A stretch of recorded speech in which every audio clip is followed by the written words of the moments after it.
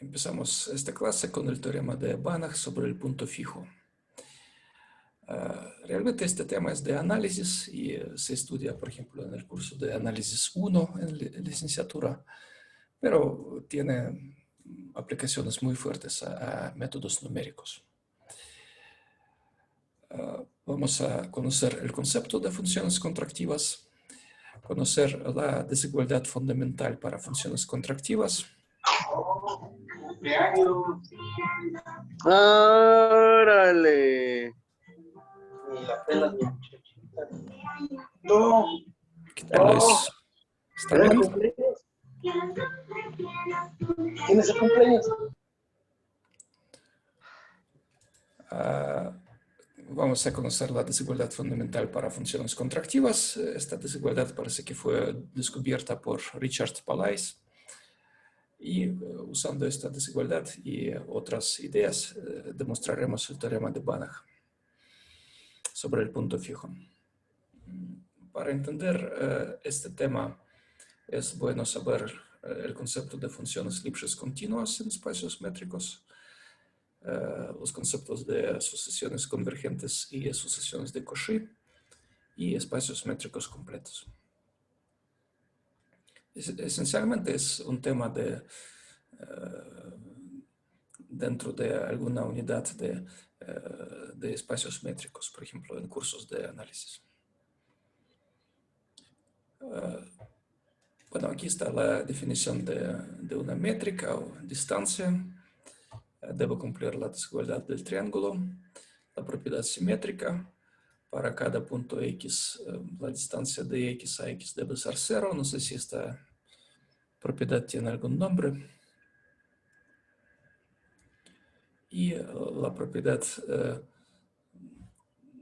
que me gusta llamar la propiedad de separación, cuando X y Y son dos puntos tales que la distancia entre estos dos puntos es 0, X debe ser igual a Y. Aquí está un error mío, X debe ser igual a Y. O en otra forma lógica, si X es diferente de Y, entonces la distancia es estrictamente mayor que 0. Una sucesión de puntos en un espacio métrico se llama sucesión de Cauchy. Si las distancias entre estos puntos se hacen pequeños cuando ambos índices son grandes. Aquí está la definición formal. Para cada epsilon existe un índice a partir del cual la distancia entre los puntos de la sucesión es menor que epsilon. Y un espacio métrico se llama completo si cada sucesión de Cauchy tiene un límite. Por ejemplo, los números reales o el espacio Rn con cualquier norma son espacios completos. En muchas situaciones las métricas provienen de normas. Si V está dotado de una norma, es un espacio vectorial normado, entonces de manera natural se define la distancia de esta manera. La distancia entre X y Y es la norma de la diferencia X menos Y, y se puede demostrar que D es una métrica. Los espacios vectoriales normados completos también se llaman espacios de Banach. El ejemplo que nos sirve en este curso es Rn con cualquier norma P, por ejemplo, norma 1, norma 2, norma infinito. Pero en otras situaciones se usan mucho los espacios LP de sucesiones, P sumables, los espacios de funciones, P integrables, espacios de funciones continuas, acotadas, etc. Hay muchos espacios de Banach. Depende de, digamos, cada espacio está asociado a cierta clase de problemas. Por ejemplo, las funciones continuas acotadas, se trata de considerar funciones continuas con la norma suprema, aproximación uniforme.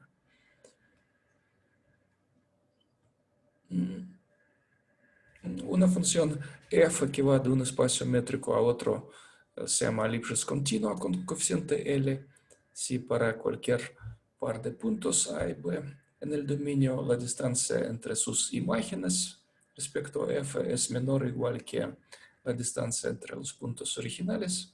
multiplicada por L. Se puede mostrar fácilmente, es un ejercicio trivial, que si f es una función Lipschitz continua, entonces f es uniformemente continua. ¿Cuál sería la demostración?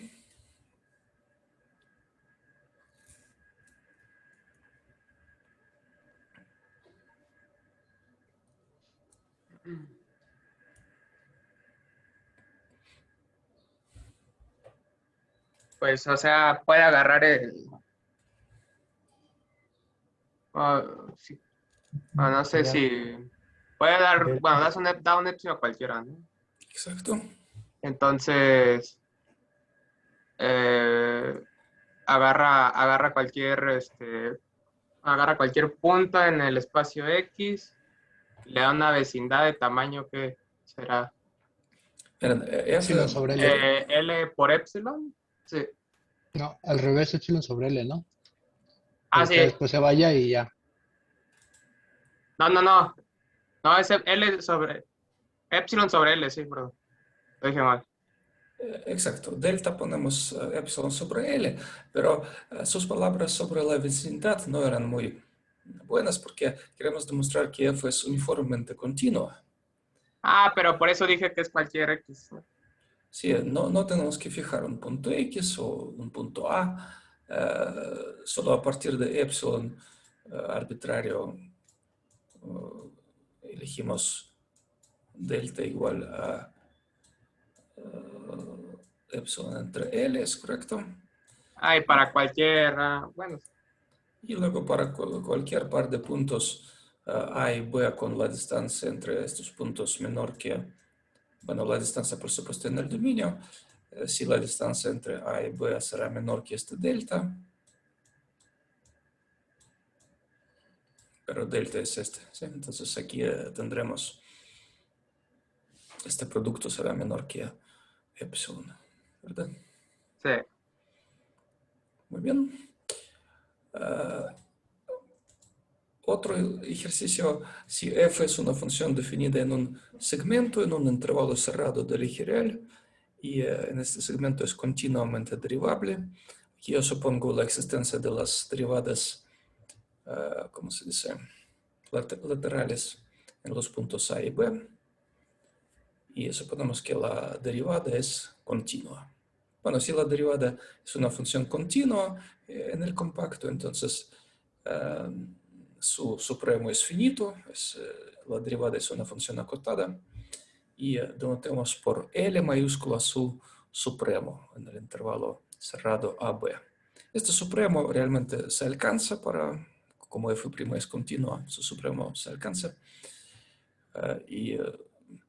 pero es decir, en vez del supremo podríamos escribir el máximo. Entonces, se puede demostrar que f es una función Lipschitz continua con coeficiente L. ¿Qué les parece? ¿Cuál teorema de cálculo hace el papel principal en la solución de este ejercicio? El teorema del punto medio. El teorema del punto medio hace todo el trabajo. Exacto. ¿Punto medio? Sí, el teorema del punto medio. Nunca había escuchado que le dijeran así. Bueno, el teorema de Lagrange a veces se llama, ¿sí? F de B menos F de A por el teorema de Lagrange será que existe un punto intermedio, por ejemplo, C, tal que esta diferencia se escribe como, bueno, sin valor absoluto, primero se escribe como F' en un punto C por B menos A, y luego pasamos al valor absoluto, y este f' de C acotamos por, este f' de C, el módulo acotamos por L, y obtenemos esta desigualdad.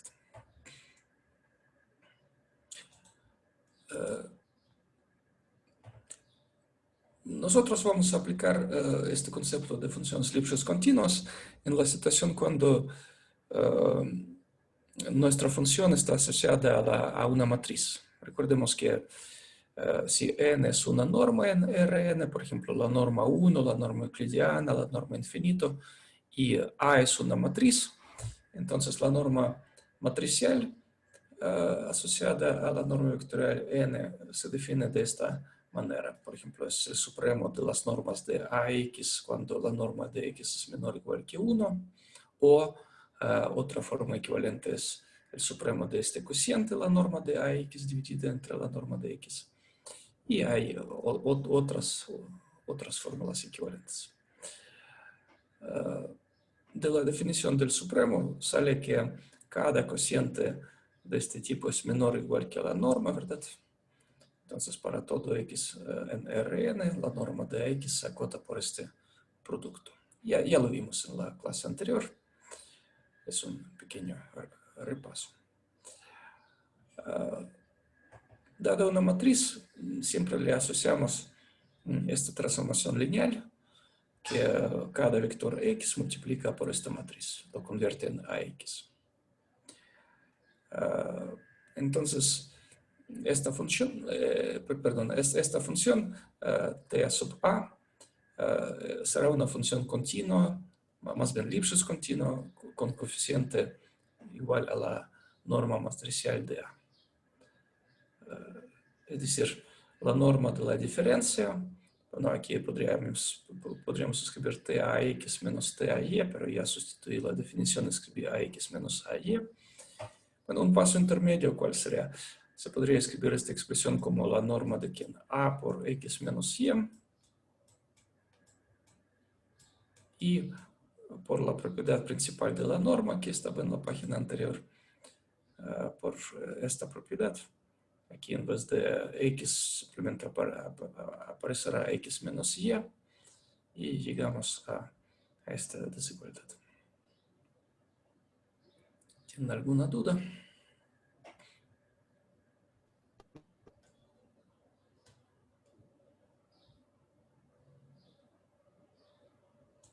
Entonces, es esta desigualdad que vimos en la clase pasada, pero en vez de X pusimos X menos Y y nos sale dentro de N sale AX menos AY y del lado derecho sale la norma de X menos Y en vez de la norma de X. ¿Está claro? Sí. Muy bien. Del punto de vista abstracto de análisis funcional, se trata de la afirmación que cada operador lineal continuo es acotado, es Lipschitz continuo y el coeficiente de Lipschitz se puede elegir como la norma del operador.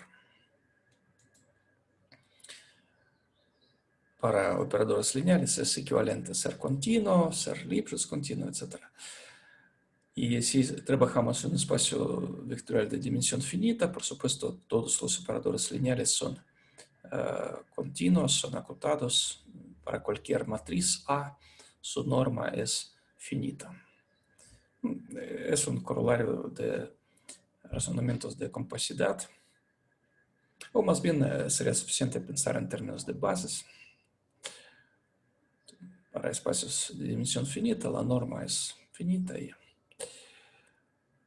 ¿Qué tal? ¿Tienen algunas dudas sobre el concepto de funciones Lipschitz continuas? Por supuesto, hay muchas cosas que se pueden decir sobre estas funciones, pero lo básico que necesitamos y que hemos revisado, ¿les causa algo dudas?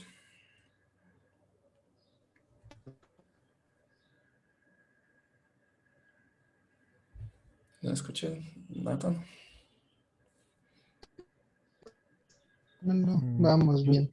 No se escucha, Nathan. No sé qué está pasando con su micrófono. ¿Alguien le escucha o no? No sé. Bueno, creo que yo ahorita hablé al mismo tiempo que alguien más. Es que No sé por Nathan qué. quiere decir algo, pero no lo puedo Ah, escuchar. No funciona su micrófono. ok, ok.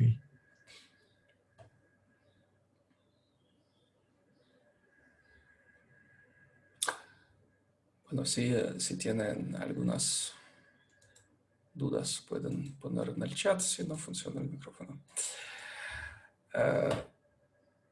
Hasta ahorita está todo claro. Bueno, ¿Sí me escucha? ahora sí. Ah, sí, hasta ahorita está todo claro. Muchas gracias. Oh, gracias. Sí. Muy bien, otro tema que vamos a repasar rápidamente son iteraciones de una función. Este tema no es muy estándar y puede ser que algunos de ustedes no han visto o olvidaron este concepto, pero es un concepto muy simple. Sea X un conjunto y sea f una función que va de X a X. Aquí es importante que el codominio coincide con el dominio. Bueno, un poco más general podría ser que el codominio es subconjunto del dominio, pero la situación que nos interesa es esta, cuando el codominio coincide con el dominio. Vamos a denotar de esta manera como un superíndice en corchetes la cantidad de veces cuántas aplicamos la función. Por ejemplo, f con superíndice 2 significa que f componemos con sí misma, es decir, aplicar f 2 veces. F con superíndice 3 sería la tercera iteración de f, es decir, aplicar f 3 veces. F compuesta con f, compuesta con f. De manera formal se puede definir este símbolo f con superíndice n de manera recursiva.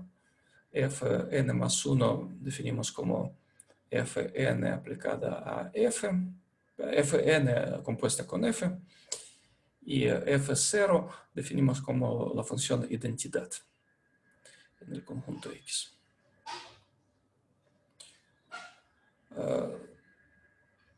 Por ejemplo, ¿qué significa la cuarta iteración de coseno en un punto X? Es coseno de coseno de coseno de coseno de X. ¿Qué significa, por ejemplo, la tercera iteración de la función que eleva al cuadrado? F es la función que eleva cualquier punto real al cuadrado. ¿Qué les parece? ¿Quién será la tercera iteración de esta función?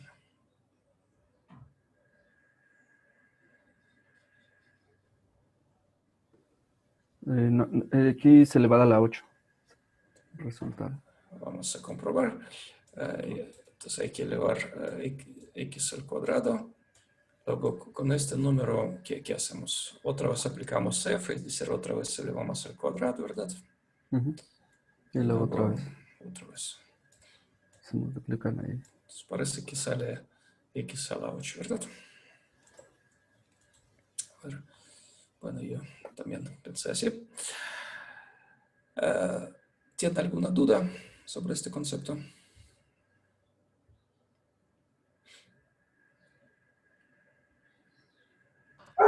No, profesor. Ok.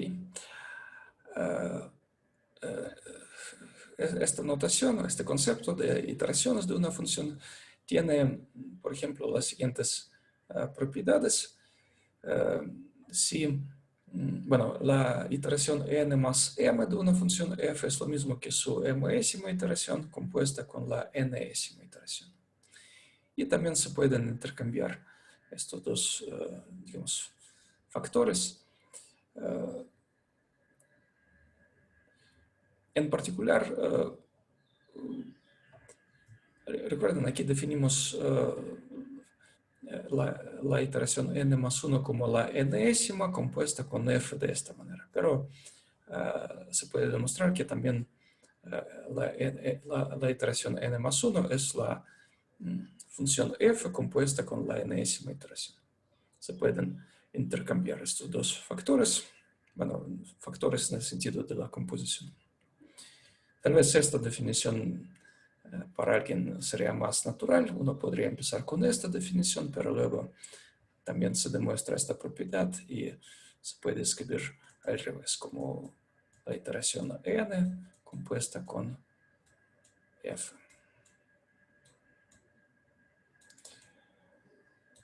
Bueno, la demostración es obvia porque, por ejemplo, se sabe que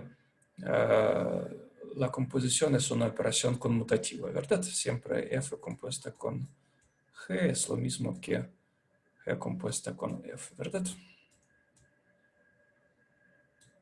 ¿Qué les parece? No, eso es falso. Claro que no, es una de las mentiras más grandes que uno puede decir en matemáticas, ¿verdad?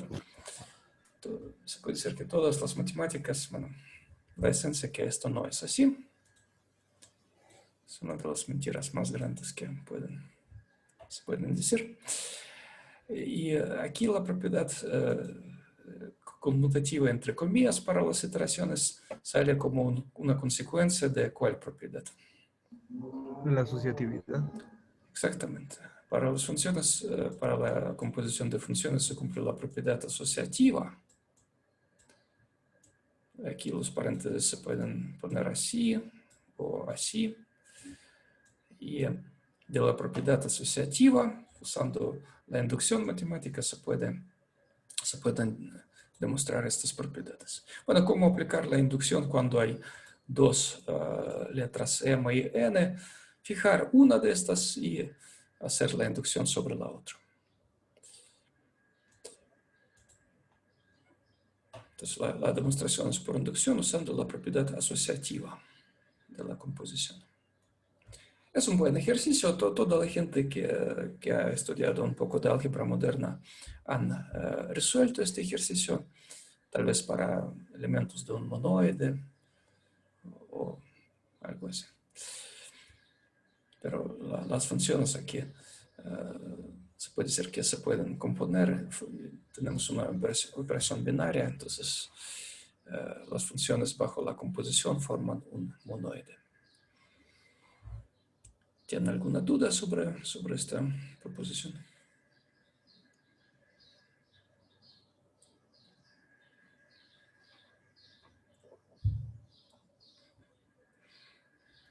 Luego lo vamos a aplicar de manera muy libre esta propiedad. Vamos a agrupar como nos guste, separar las iteraciones. Bueno, ¿cómo se aplica este concepto de iteraciones de una función? Frecuentemente aplicamos muchas iteraciones de la misma función a un punto. Fijamos un punto x0 y aplicamos a este punto x0 la función f muchas veces. Es decir, formalmente definimos para cada n, xn más 1 como f aplicado a xn. Entonces, ¿quién sería? x1 es f de x0, luego x2 es f de x1. Y si sustituimos la definición de x1, sale f de x0. Quien es x3 es f de x2. Y cuando sustituimos la fórmula para x2, sale f aplicada 3 veces. Entonces, ¿cuál sería la fórmula general? Xn es lo mismo que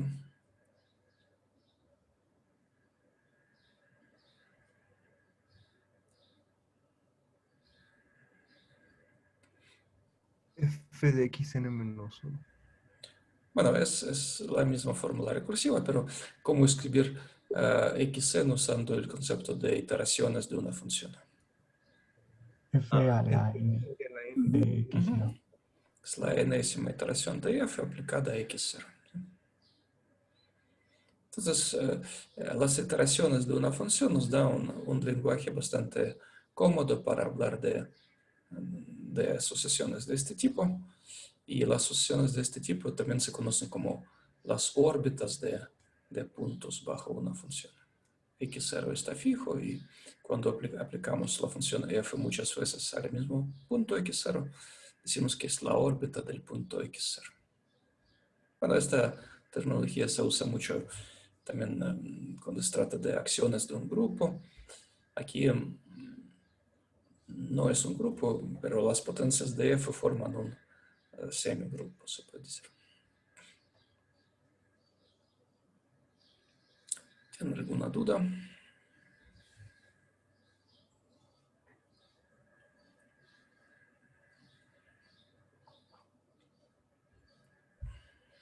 No, profe. Okay.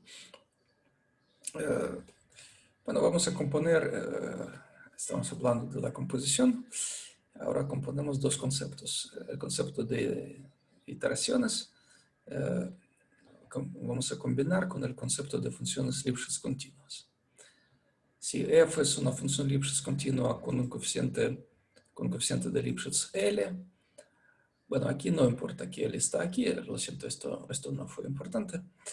Entonces, para cada n en los naturales, la enésima iteración de f es una función Lipschitz continua con coeficiente L elevado a n. La demostración es prácticamente trivial por inducción. Bueno, aquí escribí la idea. Si suponemos que la afirmación se cumple para n, entonces para n más 1 se trata de considerar la distancia entre las imágenes de puntos A y B respecto a la iteración n más 1 de f. Y la escribimos, por ejemplo, así. Bueno, aquí yo usé esta agrupación, aunque podría ser al revés. Escribir como fn aplicada a fda. Como sea, ambas versiones son correctas. Entonces, ¿qué usamos en esta desigualdad? ¿Qué les parece?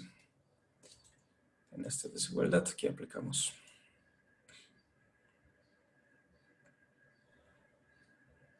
La condición de Lipschitz. La definición de función Lipschitz continua. Usamos la hipótesis que f es Lipschitz continua, pero aplicamos esta f a estos dos puntos complicados. Entonces ya aparecieron estos puntos, pero si ya quitamos, digamos, esta f ya no aparece. En vez de esta f ya tenemos el Bueno, ahí se cociente. usa fuertemente que f tiene como codominio el mismo dominio. Sí, por supuesto, aquí para hablar de las iteraciones de la función, el codominio debe ser el mismo que el dominio, o si quieren un poco más general, el codominio debe ser subconjunto del dominio. ¿Sí? Sí. Exacto. Y en este paso usamos la hipótesis de inducción. Estamos suponiendo que la afirmación se cumple para la función fn, y entonces aquí sale L a la n, y en total nos da L a la potencia n más 1. ¿Tienen alguna duda?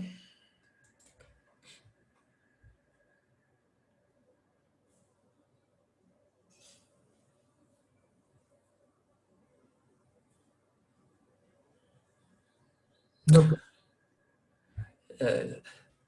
Hace, creo que menos de un año, algunos de ustedes, los que tomaron conmigo el curso de análisis, exponían este tema, ¿verdad? No recuerdo quiénes fueron los expositores.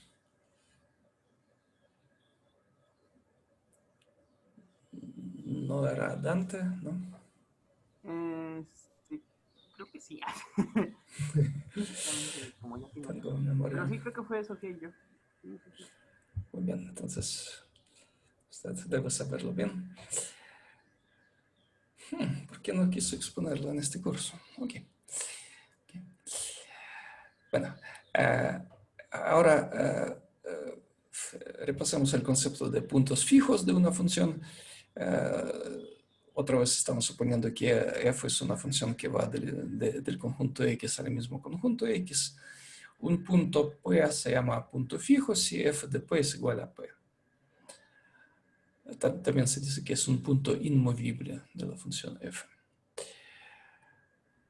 Bueno, un ejemplo, si f va de los reales a los reales y está definida como f de x igual a x al cuadrado, ¿quiénes son los puntos fijos de esta función f?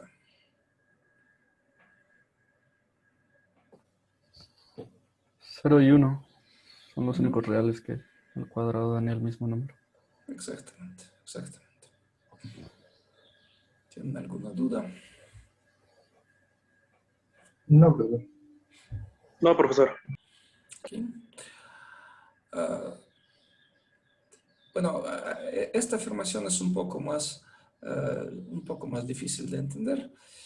Suponemos que f va de x a x, y aquí no estamos suponiendo exactamente que es Lipschitz continuo, aunque en las aplicaciones frecuentemente sucede así. Pero para esta proposición solo estamos suponiendo que f es una función continua.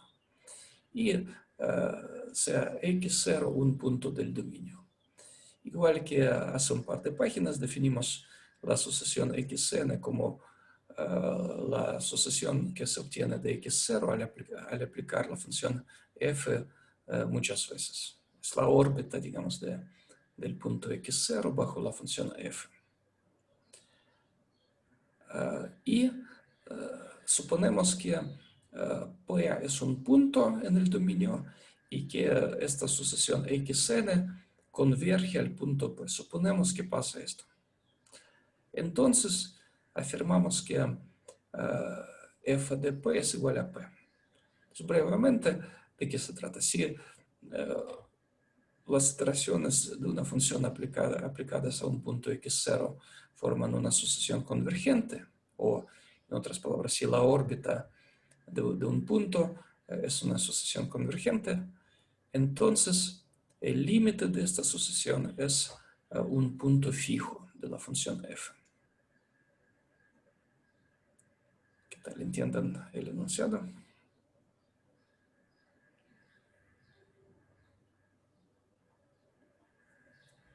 Suponemos que está dado un punto x, 0. A partir de x0 construimos un punto x1 aplicando f, luego un punto x2.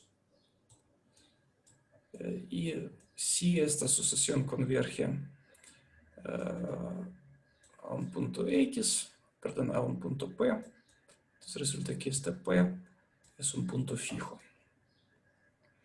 Es una afirmación muy simple. La idea es, perdón, aquí hay muchos errores. Esto lo que está escrito, esta igualdad es prácticamente la definición de la asociación xn, es la fórmula recursiva para xn más 1. Y en esta igualdad pasamos al límite cuando n tiende a infinito. Bueno, ¿qué estamos suponiendo? Que xn tiende a ¿dónde?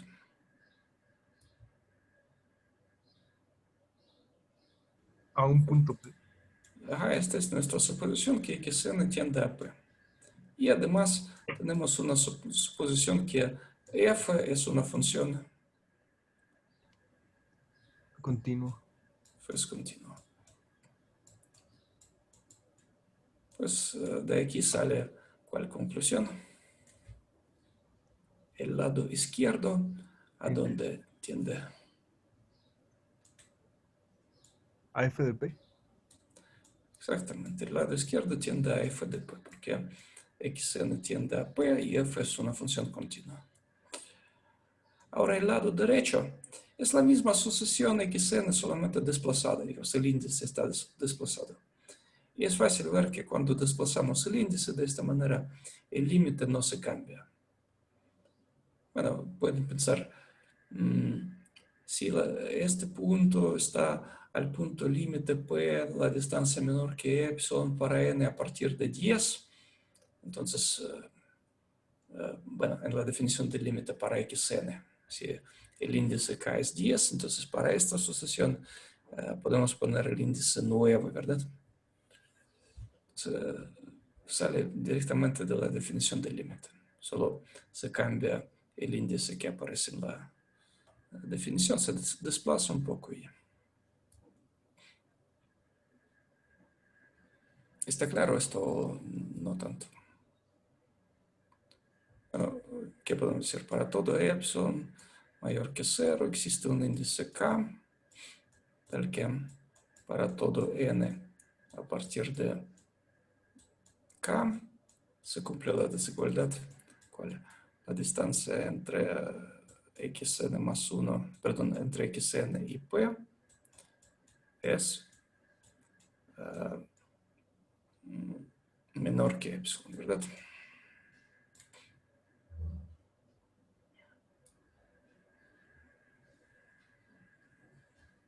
Sí, profesor. Bueno, y si esta sucesión es, la denotamos por yn, Entonces, ¿qué podemos decir?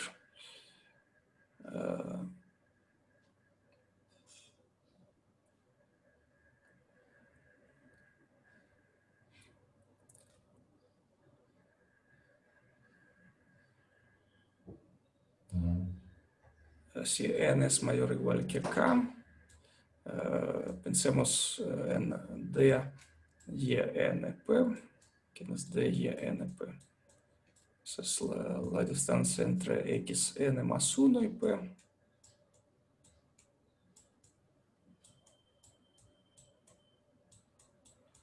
Pero si n es mayor o igual que k, entonces n más 1 es aún más grande, ¿verdad? N más 1 también cumple que es, bueno, realmente es estrictamente mayor que k. Y por lo tanto, para esta distancia entre xn más 1 y p se cumple la desigualdad menor que epsilon, ¿verdad?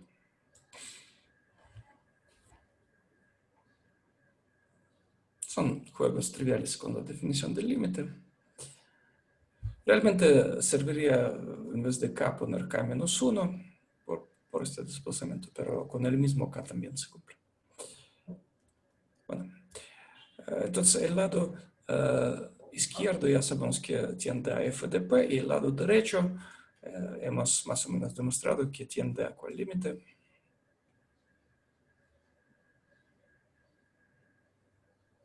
A P también. A p. Bueno, y se trata de la misma sucesión. Entonces esta sucesión por un lado tiene el límite f de p y por otro lado tiene el límite p. Entonces aplicamos la unicidad del límite, el límite cuando existe es único, y concluimos que f de p es igual a p. Bueno, aquí si lo están haciendo la primera vez en la vida, esta parte es un poco dudosa, que xn más 1 tiende al mismo p, pero si ya lo conocen, esto debe ser trivial. Entonces, en esta igualdad pasamos al límite y concluimos que el lado izquierdo tiende a p y el lado derecho también tiende a p.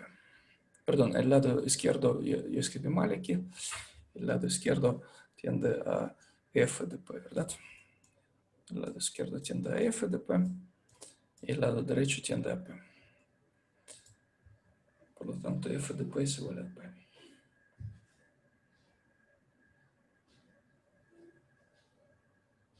¿Tiene alguna duda? No, profesor. Okay. Bueno, esto fue, digamos, preparación. Estas cosas sería mejor saber antes. Y cuando ya lo sabemos, estamos listos para estudiar funciones contractivas. Decimos que una función f que va de x a x es contractiva si existe un coeficiente L de 0 a 1. Aquí es importante que L sea estrictamente menor que 1. El caso cuando L es igual a 0 es trivial y también se podría excluir, pero esto no importa. Y L debe ser estrictamente menor que 1. Esto sí es importante. Tal que para cada A y B, en el espacio X, la distancia entre las imágenes f de A y f de B es menor o igual que L multiplicada por la distancia entre los puntos originales. En vez de decir que f es contractiva, ¿cómo se dice? ¿Qué terminología conocen ustedes?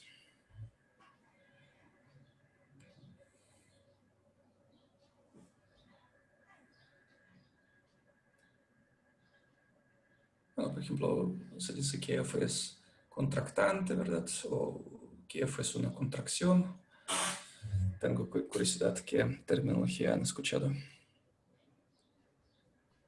Yo nada más contracción. Contracción. Contracción. O contractil también. Muy bien. Aquí mi intuición de español es débil, yo no sé cuál palabra es más bonita. Para mí Contracción. contracción es más bonita, sí. Bueno. Ok. Bueno, yo diría que es casi lo mismo para mí. Okay. En otras palabras, ¿qué significa esta definición? Es la definición de función Lipschitz continua, ¿verdad? Pero con una restricción adicional que L debe ser menor que 1. En otras palabras, una función es una contracción si y solo si es Lipschitz continua con un coeficiente de Lipschitz estrictamente menor que 1. Vamos a ver que esta condición de coeficiente menor que 1 tiene consecuencias muy fuertes. Bueno, aquí quiero avisarles que hay un concepto que parece similar, pero no sirve tanto para el teorema del punto fijo de Banach. Se dice que una función es no expansiva cuando tiene esta propiedad, que la distancia entre las imágenes es menor o igual que la distancia entre los puntos originales.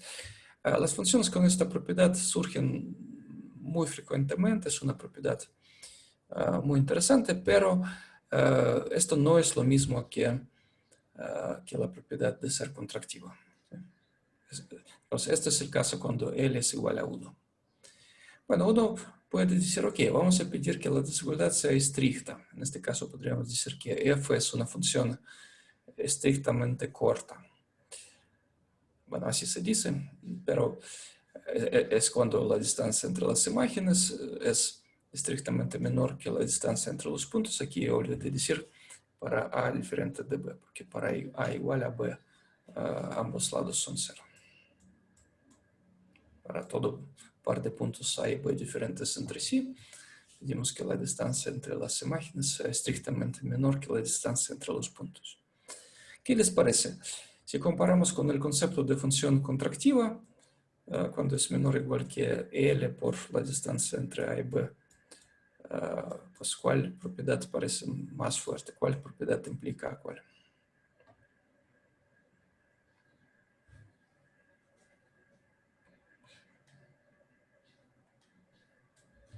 ¿Cuál es más fuerte de cuáles? ¿Cuál propiedad es más fuerte? ¿Ser contractiva o ser estrictamente corta? ¿Cómo se llama? Estrictamente.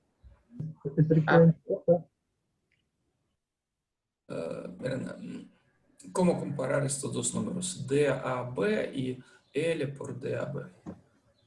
La de Lipschitz implica estrictamente corta, porque el de abajo es menor que de la distancia de AB. Entonces, No, Lipschitz con coeficiente menor que 1, ¿sí? sí, como lo pusimos, ¿no? En la página anterior. Si F es una contracción, entonces, pues primero acotamos así, luego como L es menor que 1 y la distancia entre A y B es positiva, en este contexto A debe ser diferente de B, sale menor que la distancia entre A y B. Cada función contractiva, por supuesto, es estrictamente corta. En esta desigualdad, pues este L por la distancia entre A y B, como L es menor que 1, esto es estrictamente menor que la distancia entre A y B, para A diferente de B. Bueno, uno podría preguntarse si estos dos conceptos son equivalentes o no. Quiero que ustedes entiendan que, bueno, para un número, ser menor que 1 es equivalente a ser menor o igual que L, que es menor que 1, ¿verdad? Si ustedes tienen un número 0.7 menor que 1, pues siempre pueden decir, ok, ser menor que 1 es equivalente a ser menor o igual que un número. Bueno, aquí podría servir el mismo 0.7, pero voy a poner 0.8, que es menor que 1. Entonces aquí se puede decir que esto sirve como L. Pero así es para un número. Y en la definición de función contractiva queremos que la desigualdad se cumpla para todos los puntos A y B.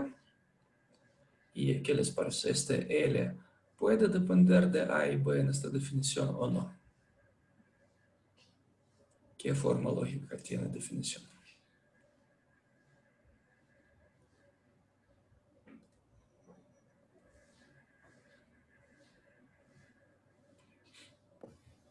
O sea, L no depende de ningún A y ningún B. Exactamente, L no depende de A y B. Y la existencia de este L menor que 1, tal que esto se cumple para todo A y B, es una cosa muy fuerte. es más fuerte que solo para cada A y B ser menor que, bueno, digamos, el cociente, se puede decir que el cociente aquí, si dividimos esto entre, entre la distancia A y B, aquí queremos que este cociente sea siempre menor o igual que, ¿cuánto? Menor o igual que L, ¿verdad? Y en esta parte solo pedimos que el cociente siempre sea menor o igual que, perdón, estrictamente menor que 1.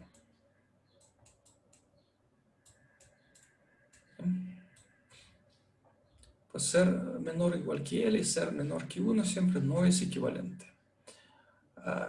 Bueno, un ejemplo más simple. Aquí son funciones de dos argumentos. Estas expresiones dependen de dos argumentos, A y B. Y esta situación es un poco más complicada para algunos. Consideremos una situación más simple. La función g de t. Cuando t es un número entre 0 y 1. ¿Qué les parece? ¿Es correcto que siempre esta g de t es menor que 1? ¿Esta afirmación es correcta o no?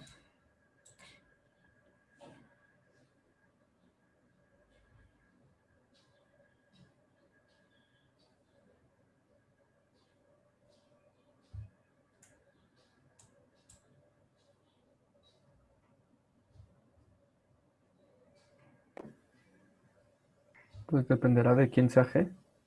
Lo siento, sí, es una tontería lo que dije. Yo pensaba en g de t igual a, por ejemplo, t al cuadrado, para que sea no demasiado trivial. G de t es t al cuadrado. Es correcto que g de t siempre es menor que 1 cuando t está entre 0 y 1. Sí. Ahora otra afirmación. Existe un L entre 0 y 1.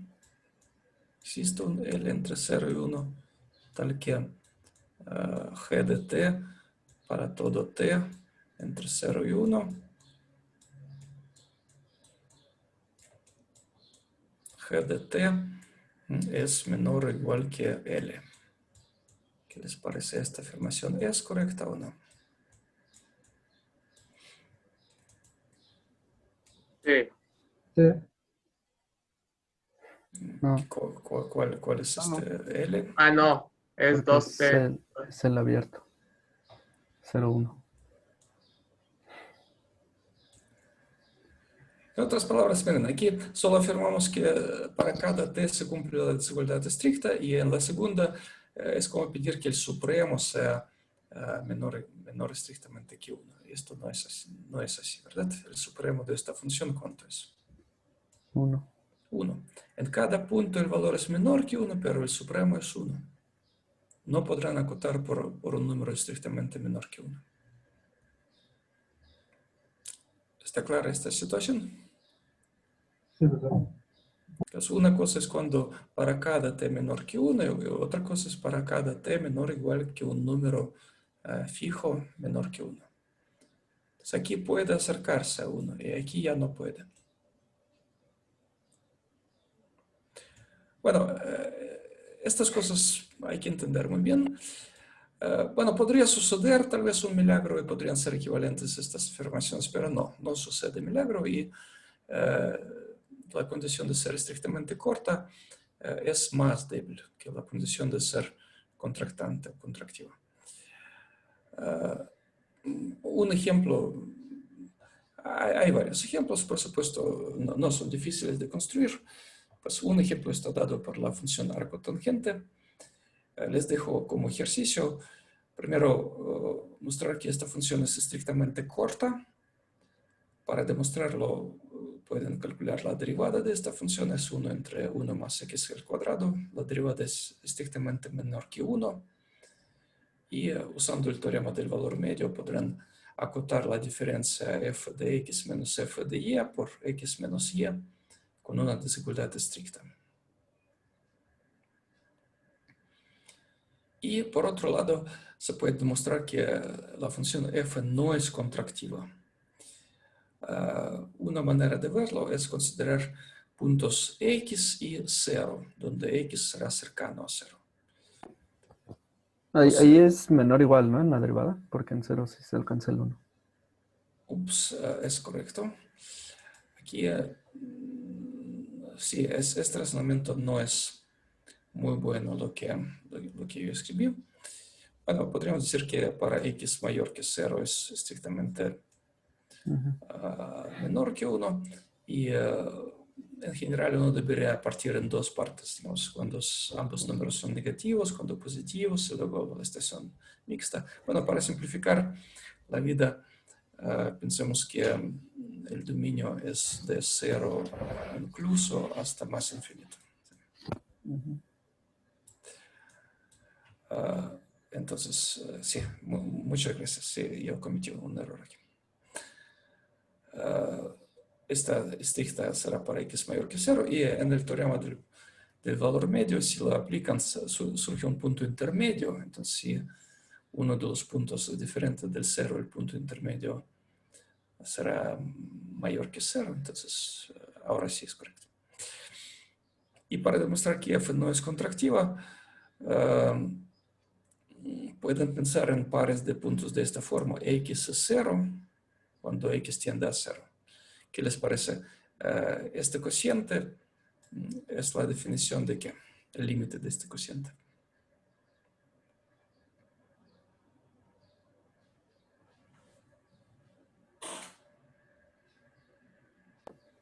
Desde la derivada en el punto 0.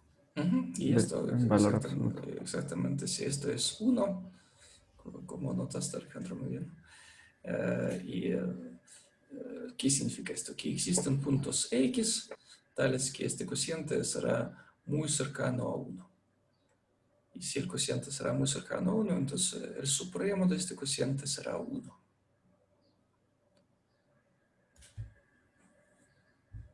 Bueno, como el supremo de este cociente es 1, no se podrá acotar por, bueno, aquí me falta el valor absoluto, no se podrá acotar por un L que es menor que 1.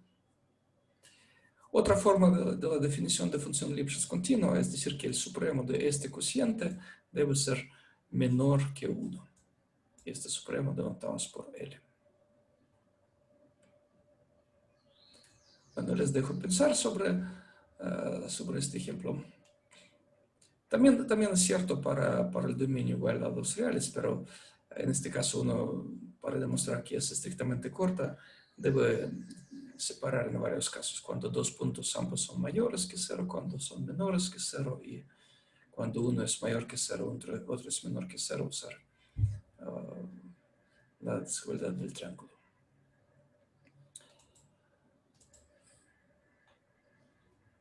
Bueno, esto para la gente que no lo conoce, esta desigualdad, este resultado, les envidio porque es una de las cosas más raras y brillantes que yo conocí en los últimos 5 años. Bueno, es algo, por supuesto, hay resultados matemáticos preciosos, maravillosos, complicados. Este resultado es totalmente trivial, es decir, la demostración está en una línea, pero es algo increíble lo que dice esta proposición. Sea x de un espacio métrico y sea f una función contractiva con un coeficiente L menor que 1. Entonces, para cualesquiera dos puntos A y B, la distancia entre A y B podemos acotar por medio de la distancia entre A y f de A más B y f de B, bueno, dividida entre este coeficiente 1 entre 1 menos L. Lo maravilloso es que en el lado izquierdo estamos hablando de la distancia entre A y B. Y del lado derecho aparece solamente A con f de A y B con f de B. Están como por separado, A y B. Es algo muy raro. Bueno, voy a dar una analogía. Esta analogía es falsa porque en este ejemplo que voy a decir no hay ninguna función contractiva. Pero para que ustedes sientan el milagro, se sabe que la distancia entre la Ciudad de México y Cuernavaca es menor que, digamos, 300 kilómetros. Se sabe que la distancia entre Nueva York y Washington es menor que 500 kilómetros. Por lo tanto, la distancia entre la Ciudad de México y Nueva York es menor que 4.000 kilómetros.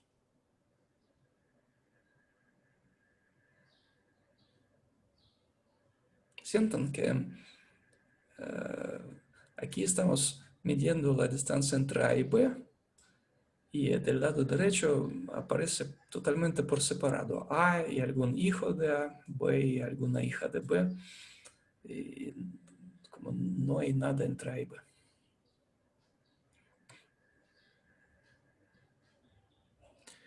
Bueno, para mí esta desigualdad es una brujería muy, muy fuerte, pero la demostración es trivial. Bueno, para que ustedes sientan qué tan maravillosa es esta desigualdad, la descubrió Richard Palais en el año 2007, aunque el teorema de Banach fue demostrado la primera vez en los años como 920, y cientos y miles de matemáticos pensaban en estas direcciones, pero parece que nadie inventó esta desigualdad antes de este Palais.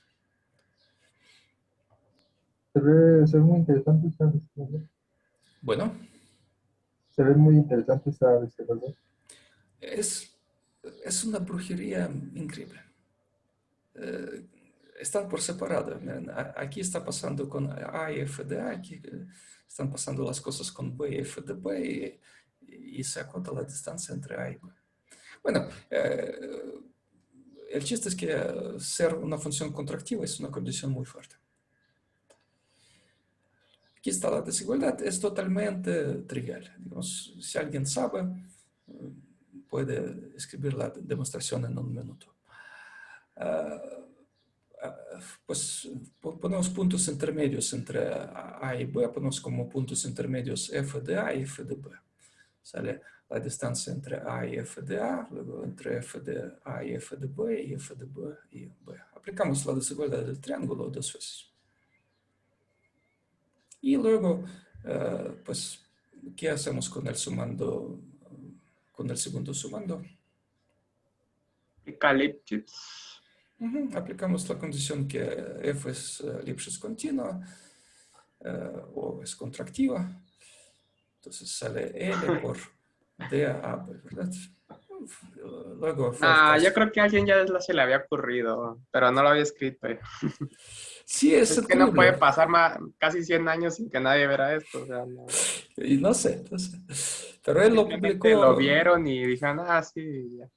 Él lo publicó en la revista de así se llama la revista, Punto Fijo, Teoría y Aplicaciones. Es un artículo de 2 páginas. ¿Sí?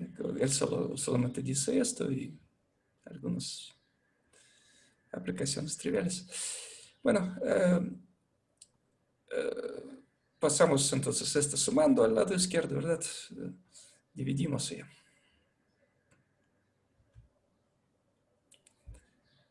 bueno, es una maravilla. Bueno, aquí usamos el hecho que L es menor que 1, por lo tanto el factor 1 menos L es mayor que 0, y sí podemos dividir entre este factor. Si L fuera un número mayor que 1, ya no podríamos razonar. ¿Tienen algunas dudas sobre la demostración? No, profesor. Ok. Bueno, una aplicación inmediata, por ejemplo, podemos demostrar ahora instantáneamente que si f es una función contractiva y tiene un punto fijo, suponemos que tiene un punto fijo, entonces el punto fijo es único. Aquí estamos razonando por 2 candidatos, suponemos que A y B son 2 candidatos para ser punto fijo, y queremos mostrar que deben ser iguales en esta situación. Bueno, pues aplicamos A y B la desigualdad fundamental, que nos dice es 1 entre 1 menos L, aquí está la distancia entre A y F de A, más la distancia entre B y F de B. Y cada uno de estos sumandos Es 0. es 0. Bien.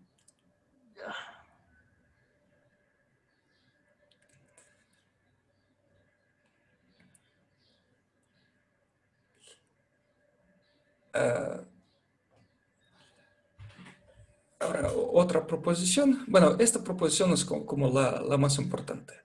Aquí está todo el trabajo. Todo el trabajo en el teorema del punto fijo hace este razonamiento. Es decir, yo dividí el teorema del punto fijo en varios lemas. Entonces, este es como el lema principal o la parte principal de la demostración. Supongamos que f es una función contractiva, una contracción, y x0 es un punto del dominio. Definimos xn como la órbita del punto x0 cuando aplicamos f iterativamente. Entonces, esta sucesión xn es de Cauchy. ¿Cuál es otra forma de escribir esta definición? Podríamos decir que xn se define de manera inductiva, poniendo xn más 1 igual a quién.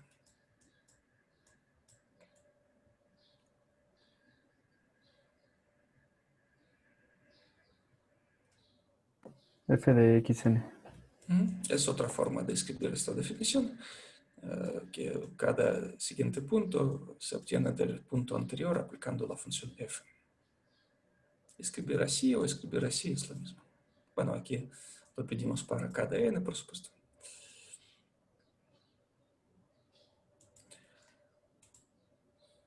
Bueno, aquí está la demostración basada en esta desigualdad fundamental. Bueno, para demostrar que las sucesiones de Cauchy hay que demostrar que para dos índices grandes, m y n, la distancia entre estos puntos xm y xn es pequeña. Aplicamos a estos puntos xm y xn la desigualdad fundamental, que nos dice que aquí será la distancia entre xm y su imagen. Entonces podríamos escribir que aquí está f de xm, ¿verdad? Y aquí está la distancia entre xn y otra forma de escribirlo sería f de xn, ¿verdad?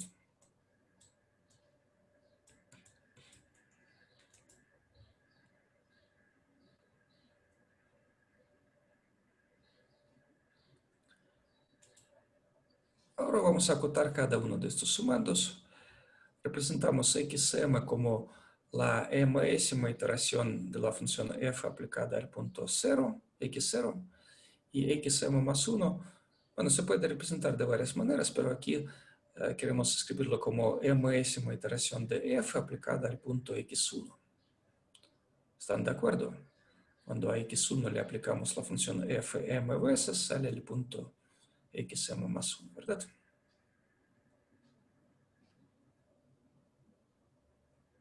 Sí. Sí, ¿verdad? La idea es que aparezca la misma función aquí, f mésima iteración aplicada a dos puntos.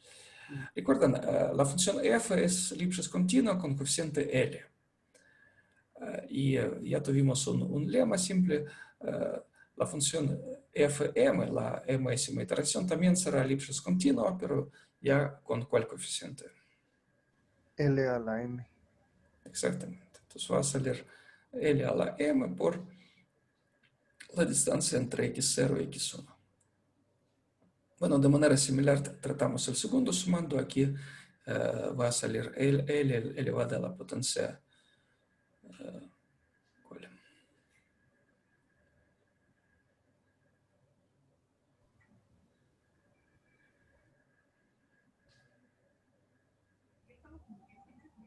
¿Cómo? Para el segundo sumando, los razonamientos son A la n, similares. a la n. Sí, aquí será L a la n, exacto.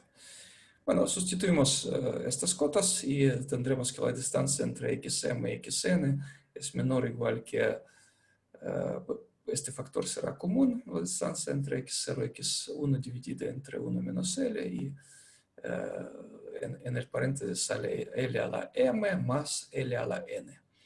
Recordemos que L es un número mayor o igual que 0, pero menor que 1. Entonces, cuando lo elevamos a las potencias grandes, m y n, estos sumandos se hacen pequeños, tienden a 0. Y ya. Bueno, aquí no hicimos por la definición del límite, lo hicimos de manera un poco informal, pero debe ser claro, ¿sí? Cuando m y n se hacen grandes, esta expresión se hace pequeña y esto es un factor constante. Podríamos, por supuesto, hacerlo menor que epsilon, jugando con, por ejemplo, con logaritmos, etc. Pero creo que no hay sentido en hacerlo de manera más formal. Bueno, pueden considerarlo como un ejercicio. Elegir un k tal que para todo m,n mayor o igual que k, que esto sea menor que epsilon. Bueno, acotar, digamos, esto por 2 veces L a la K y luego resolver la desigualdad respecto a K. ¿Tienen alguna duda? No, pero Bueno, aquí les invito a admirar este razonamiento. Bueno, es de este matemático Palais. Es su demostración del teorema teorema del punto fijo. Aquí está la idea de la demostración clásica. Tampoco es muy difícil, no es difícil, pero requiere, digamos, un razonamiento un poco más laborioso. Primero, acotamos la distancia entre dos vecinos en esta sucesión. Representamos xn como enésima iteración de x0 y xn más 1 como la enésima iteración de x1. Es el mismo razonamiento. Y esto es menor o igual que L a la n por la distancia entre x0 y x1. Este es la misma desigualdad que vimos en la demostración anterior. Pero ahora sí, m y n son dos índices diferentes, por ejemplo, n menor que m. Entre estos xn y xm ponemos todos los puntos intermedios. Por ejemplo, si n es 3, x3, aquí está x, por ejemplo, 6. Entonces pensamos en todos los puntos intermedios, x4, x5, x6, o pueden ser mucho más, ¿verdad? Y acotamos la distancia entre cada par de puntos por la desigualdad que teníamos arriba. Entonces salen potencias de L, sale un corte de la progresión geométrica, una suma de la progresión geométrica, bueno, una suma finita. Esta suma se puede acotar por L a la n dividida entre 1 menos L. Y también sale el resultado, pero aquí tuvimos que poner muchos puntos intermedios en este razonamiento. Y en el razonamiento anterior, pues ya no tuvimos que pensar en los puntos intermedios, bueno, solamente en las imágenes de estos dos puntos, y todo el trabajo hizo la desigualdad fundamental. No tuvimos que pensar explícitamente en los puntos intermedios entre estos dos.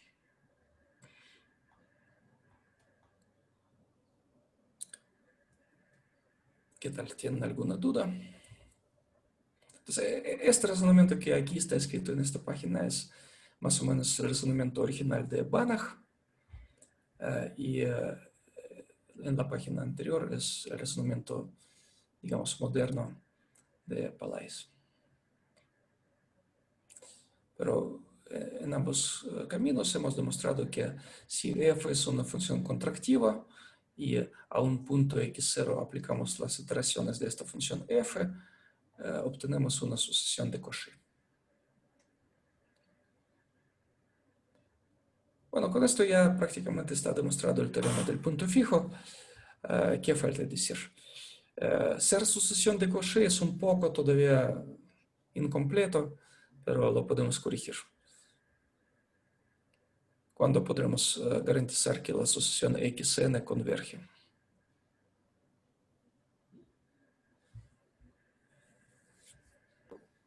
pidiendo que el espacio sea completo, o sea, que tenga Exactamente. límites a sucesión de Cauchy. Exactamente. Ya demostramos que es sucesión de Cauchy. Ahora ya todo depende del espacio. Si el espacio es completo, por ejemplo, los espacios de la forma pues, x al cuadrado, perdón, r al cuadrado, el plano, ¿verdad? O espacios de esta forma, o espacios de sucesiones, muchos espacios de funciones son espacios completos y ya automáticamente esta sucesión tendrá un límite. Y cuando la sucesión tiene un límite, recuerdan, hemos demostrado que si f es una función continua y esta sucesión tiene límite, entonces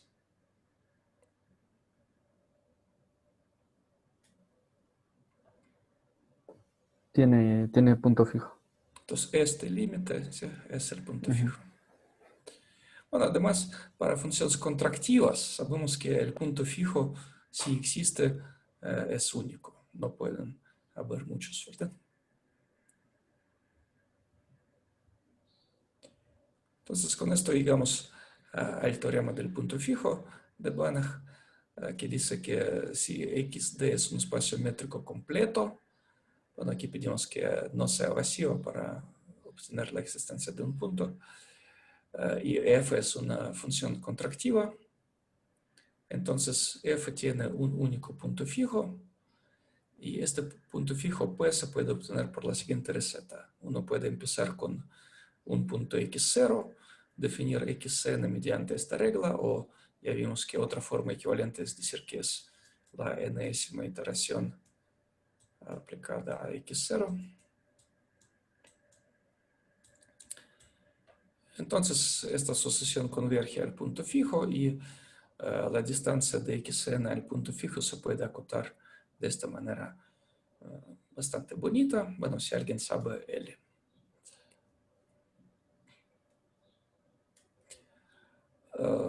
Ya hemos demostrado la mayor parte de este teorema. Vimos que si f es una función contractiva, entonces el punto fijo es único cuando existe, ¿verdad? La unicidad ya vimos. La existencia no la vamos a demostrar por separado. La existencia va a salir del inciso 2. Pensamos en esta sucesión, ya sabemos que esta sucesión es de Cauchy. Si es de Cauchy, el espacio métrico es completo, entonces tiene un límite. Y sabemos que cuando una sucesión de esta forma tiene un límite, pasando al límite, aquí esto xn tiende a p. Y este xn-1 también tiende a p, entonces esto tiende a f de p. Entonces concluimos que p es igual a f de p, ¿verdad? Entonces p es el punto fijo de esta función f.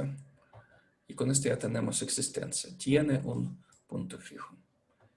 Entonces la única parte que nos falta demostrar en este teorema es cuál.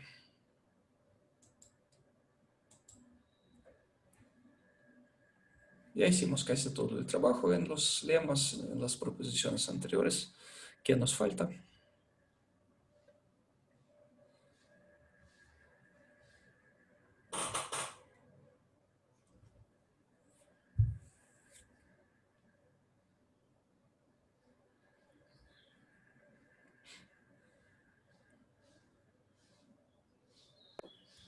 La desigualdad podría ser, Sí, la última desigualdad es lo único pero que nos pues igual falta.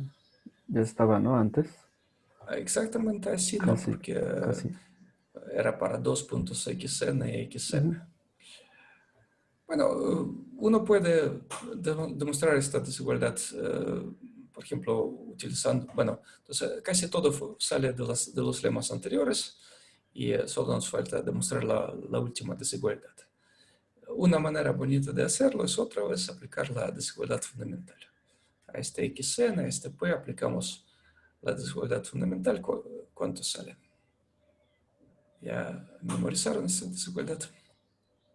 1 entre 1 menos L por la distancia de xn a f de xn Excelente. Más. la distancia de p a f de p. Exactamente. Aquí yo cometí un error. La distancia entre p a f de p yo debería escribir pero en realidad, Esperen también, ¿no?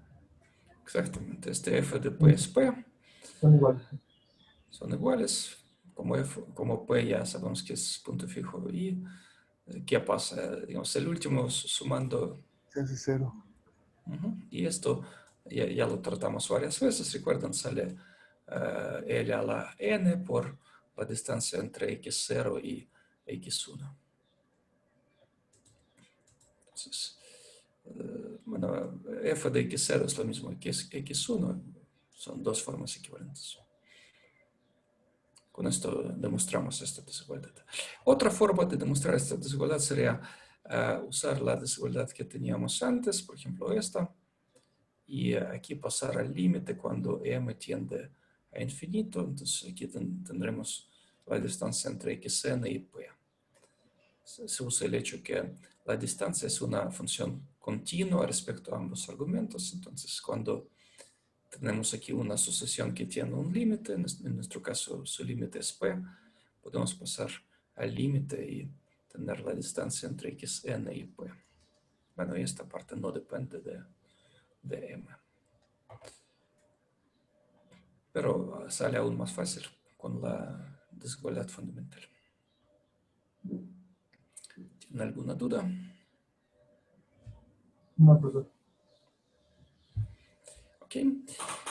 Bueno, este teorema de Banach del punto fijo tiene aplicaciones muy numerosas, pues hay una revista dedicada especialmente, bueno, no solamente a este punto fijo, hay otros teoremas del punto fijo cuando la función no es contractiva, hay formas cuando la función tiene otras propiedades, el espacio se supone que tiene otras propiedades, hay otros teoremas del punto fijo, pero este teorema del punto fijo tiene, por ejemplo, aplicaciones fuertes en cálculo, especialmente de varias variables. El teorema de la función implícita, el teorema de la función inversa en cálculo. También se puede usar este teorema para demostrar la convergencia de procesos fractales. Por ejemplo, para definir la curva de Koch y todo esto, uno puede usar este teorema, aplicarlo. Pero los objetos serán subconjuntos del plano y la distancia que se usa por lo común es la distancia de Hausdorff. El método de Newton se puede ver como un caso particular del método del punto fijo, pero un poco más eficiente que en general. En la teoría de ecuaciones diferenciales, para demostrar que el problema que la ecuación diferencial con valores iniciales tiene solución. Un teorema muy famoso es el teorema de Picard-Lindelöf y su demostración está basada en el teorema del punto fijo. Esencialmente es aplicar el teorema del punto fijo para cierta ecuación integral, cierto operador integral. Bueno, en álgebra lineal numérica podemos aplicar este teorema del punto fijo para demostrar la convergencia del método de Jacobi y para algunos otros métodos. También en análisis funcional, cuando pensamos en la serie de von Neumann, otra forma equivalente es pensar en cierto operador contractivo. Entonces hay muchísimas situaciones donde se aplica este teorema. Les dejo un ejercicio divertido. Suponemos que en vez de pedir que f sea contractiva, uno puede pedir que cierta iteración de f sea contractiva. Por ejemplo, pedir que f compuesta con f sea contractiva. Resulta que si pedimos algo así, bueno, aquí n mayúscula es 3, entonces, por supuesto, esta función, la enésima iteración de f, tiene punto fijo por el teorema. Pero afirmamos algo más, que la función original f también tiene un único punto fijo, y este punto fijo se puede encontrar como el límite de la órbita de cualquier punto inicial. Es un ejercicio muy divertido.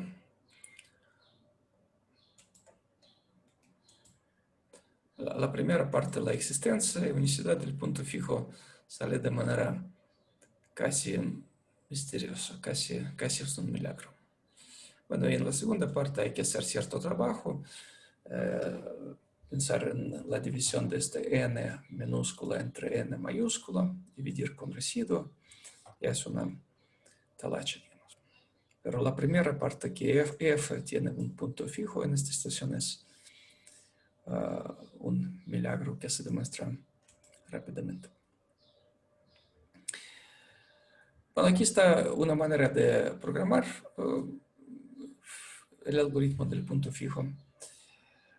Aquí quiero enfatizar que está dada, digamos, por afuera una función f1, en este caso es que x más 3 entre x,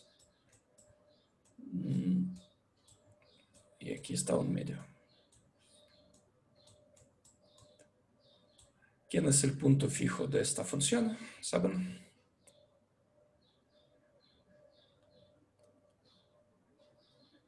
Aquí está el algoritmo babilónico, el algoritmo de Babel, uno de los algoritmos más antiguos en la historia de la humanidad. Este algoritmo se usa para calcular ¿qué? La raíz cuadrada. Para calcular la raíz cuadrada. Bueno, vamos a escribirlo así. ¿Cómo se puede simplificar esta ecuación? Multiplicamos por 2 ambos lados, pasamos al otro lado. 3 entre x será igual a ¿quién?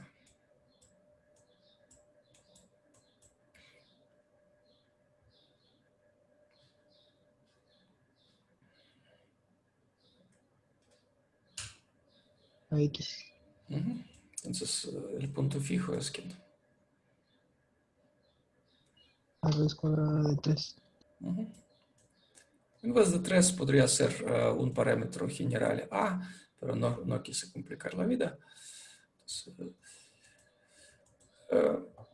esta función f1 se puede demostrar que para x mayores o iguales que raíz de 3, esta función es contractiva.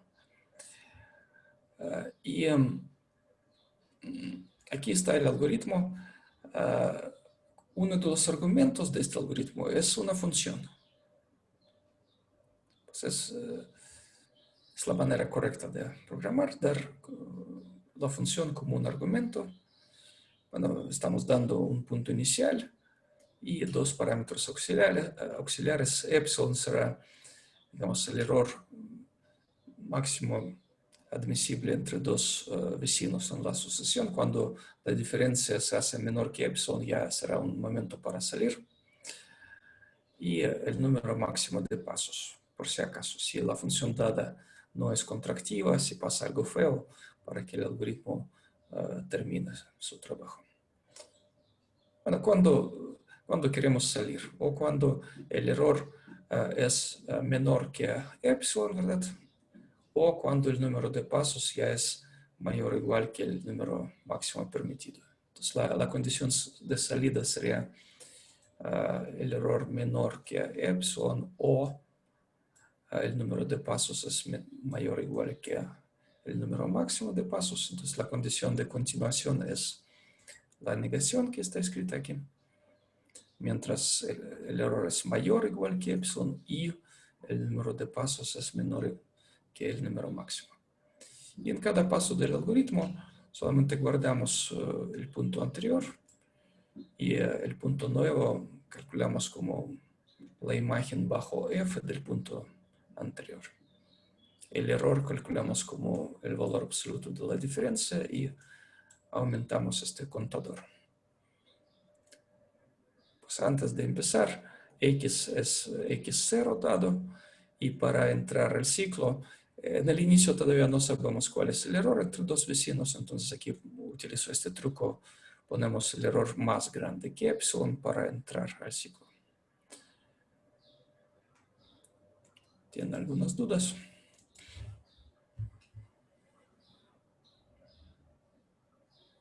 No, perfecto. Pues aquí está el ejemplo de aplicación.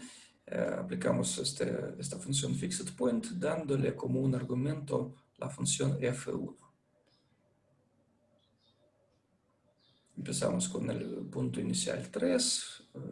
Como el error máximo permitible damos 10 a la menos 15 y por si acaso acotamos el número máximo de pasos.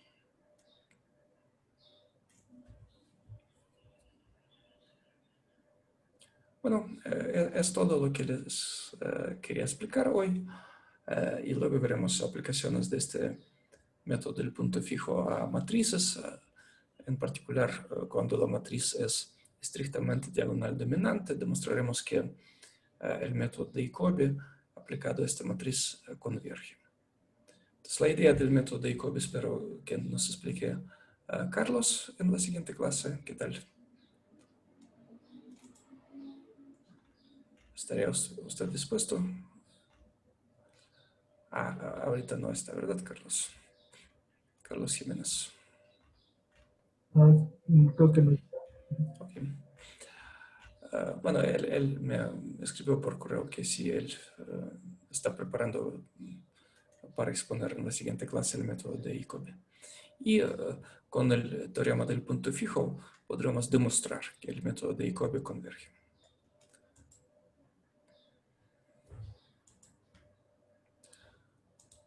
Pues tenemos una media hora. Podemos ver la continuación del tema de matrices de Toeplitz, ¿verdad? ¿Esta presentación la podemos tomar? Voy a subir. Ya está en mi página, pero tiene muchos errores.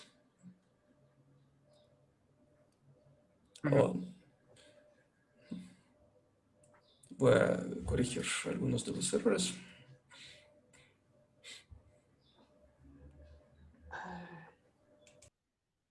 Y con respecto a la tarea de los ajustes, ya quise subirla ayer a Google Classroom, pero no hay. Sí, yo debo abrir una tarea en Google Cloud, ¿sí? En Google Classroom. Sí. Gracias por recordarme. Sí, no. ¿Tiene alguna duda sobre esta tarea de ajuste? Solamente es los códigos y las gráficas, bueno, ya obteniendo la función, ¿verdad? Sí, exacto. Ok. Entonces ahorita no hay. Hay que escribir la fórmula que utilizaron, los puntos, las abscisas que utilizaron, Ok. hacer dibujos y mostrar los códigos. Sería como que mostrar una tabla, ¿no? De los X y los Y. Si quieren, realmente es suficiente solo mostrar las abscisas, porque la función está dada. Ok, perfecto. Las ordenadas obtenemos como los valores de esta función en las abscisas dadas, ¿verdad? Perfecto. Muchas gracias. Muy bien.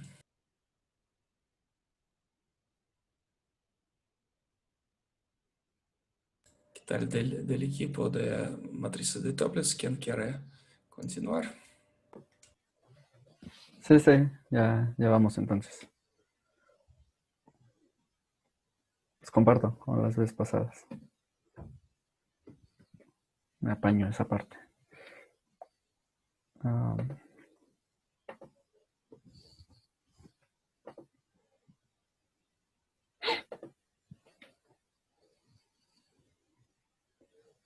¿Dónde está?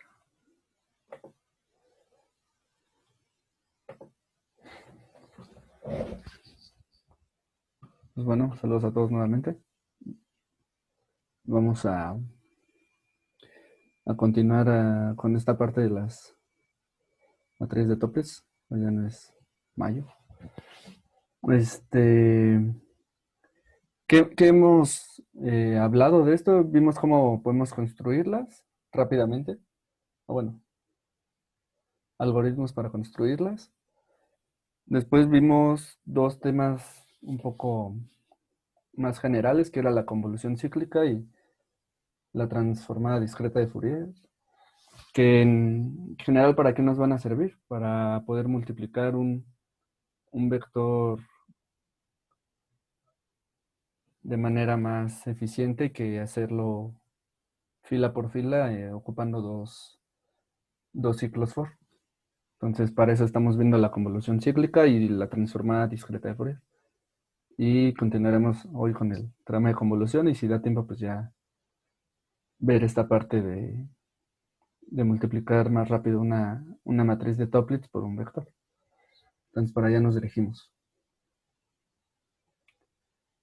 Ahí está. Así estará yo. Entonces, pues recordar, ¿no? Que dos vectores por componentes. Su producto por componentes se ve de esta forma, y estamos creando otro vector con entradas AJ, BJ, multiplicado AJ por BJ. Y pues aquí está un código que utilizaremos más adelante dentro de los programas, ¿no? Esto ya lo habíamos visto todos. ¿Cuál sería el comando en Octava para hacer esta operación? El comando estándar. Ya, es hacerle así. Salvo que me equivoque en el orden. En Numerical Python, en NumPy. Juanita, ayúdame. Ya creo que es Other. Sí, Outer, ¿no? Outer. No, ¿No? es solo A asterisco B. Para NumPy, para Numerical Python es solamente asterisco. Ok. ¿Para multiplicar componente a componente? ¿Sí? Y si alguien quiere multiplicar con matrices, ya es otra notación así, ¿verdad? Arroba. No, sí. En Sage es outer product, No creo. ¿o no? No, outer product. No. Sí, es para el Ya diálogo. regresa una matriz, ¿verdad? Sí, olvídenlo. Yo olvido cuál es el producto por componentes en Sage, pero ok, no importa.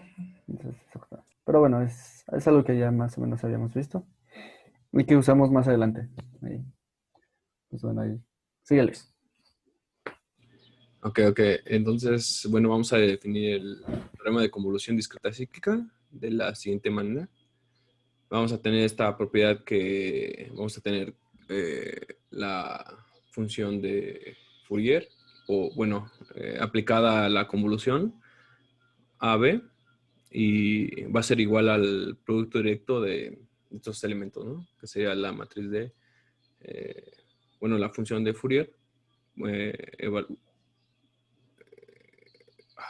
aplicada a, producto directo con la función de Fourier aplicada a B. Ok, a ver, Juanita, por favor.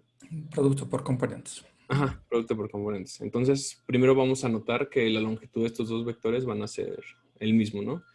Notemos que del lado izquierdo, pues, la convolución de A y B va a generar un vector de longitud n, y este se va a multiplicar por la matriz nada por los elementos de Fourier, ¿no? Entonces sería una matriz n por n por un vector n, y pues eso nos va a generar un vector, ¿no? De tamaño n. Por el otro lado, va a ser casi lo mismo. Vamos a tener que la matriz nada por la función de Fourier evaluada en A. Va a ser entonces, Fn se llama la matriz de Fourier, ya. ok. Entonces O si quieren pueden llamar la transformada definida de Fourier. Bueno, la matriz de Fourier evaluada en A es lo mismo, ¿no? Va a ser una matriz n por n por un vector de tamaño n. Eso va a generar un vector de tamaño n, y por el otro lado también, ¿no? Con b. Y entonces el producto directo de esos dos vectores pues va a ser un vector de tamaño n. Bueno, el producto por componentes, ¿no? Ok. Ahora, mostraremos que las jmísimas componentes de esos vectores van a ser iguales entre sí, ¿no? Por favor, Juanita. Primero vamos a tomar el elemento jésimo de la matriz Fourier evaluada en la convolución de A y B, ¿no? Entonces, por definición, ese va a ser el siguiente elemento, ¿no? Que va a ser la suma de j igual a 0 hasta n-1 de el elemento jkésimo de la matriz de Fourier por el elemento k késimo de la convolución de I, B, ¿no? Y pues ya tenemos por definición de convolución, que se define de esta manera, ¿no? Que va a ser igual al, el elemento késimo de A convolución con B va a ser A, el K menos Q módulo N-ésimo, se puede decir así, no lo sé. Elemento de A por el Q-ésimo elemento de B, ¿no? Lo siento, aquí hay un errorcito, pues probablemente yo lo tenía en los apuntes y ustedes lo copiaron. Mi error. Digamos, en la primera fórmula ya aparece un error serio. ¿Cuál? Que no es la suma de J, ¿no? Es en K. La suma debe ser sobre K. Muy bien. Ok.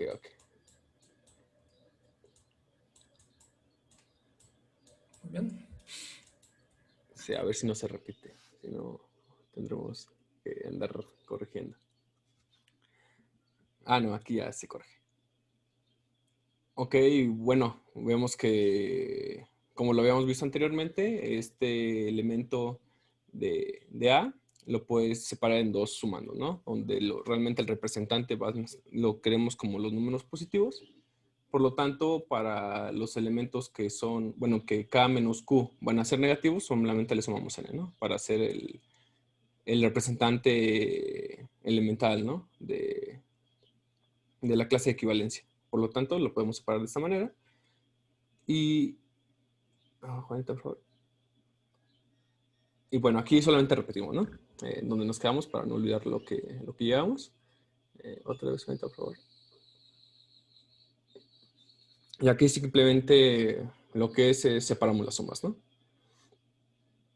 Ahora, aquí lo que hacemos es intercambiar las sumas. O sea, como podemos ver del lado, de la parte de arriba, la suma K, la suma que va por parte de K es de la parte externa, mientras que Q es de la parte interna, ¿no? De estos elementos lo que hacemos es intercambiarlas. No puedo editar yo, ¿verdad? Para poner notitas.